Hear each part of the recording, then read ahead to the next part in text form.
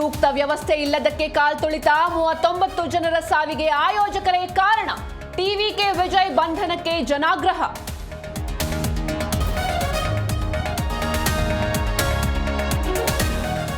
ಕಾಲ್ತುಳಿತದ ಸುದ್ದಿ ಕೇಳಿ ಹೃದಯವೇ ಚೂರಾಗಿದೆ. ದುರಂತದಲ್ಲಿ ಪ್ರಾಣ ಕಳೆದುಕೊಂಡವರಿಗೆ ಸಂತಾಪ.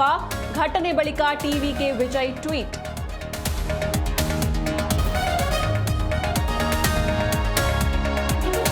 ಕಾಲ್ತುಳಿತ ದುರಂತದಲ್ಲಿ 39 ಜನ ಸಾವು, ಕುಟುಂಬಸ್ಥರಿಗೆ ಮೃತದೇಹಗಳು ಹಸ್ತಾಂತರ. ಮುಗಿಲು ಮುಟ್ಟಿದ ಕುಟುಂಬಸ್ಥರ ಆಕ್ರಂದನ.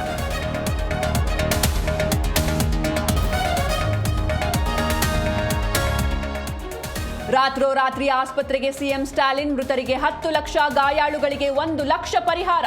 ಇಂದು ಘಟನಾ ಸ್ಥಳಕ್ಕೆ ಸ್ಟಾಲಿನ್ ವಿಸಿಟ್.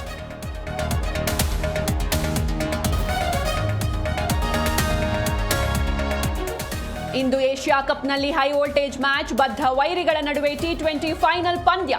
ಮತ್ತೆ ಇತಿಹಾಸ ಸೃಷ್ಟಿಸುತ್ತಾ ಇಂಡಿಯಾ.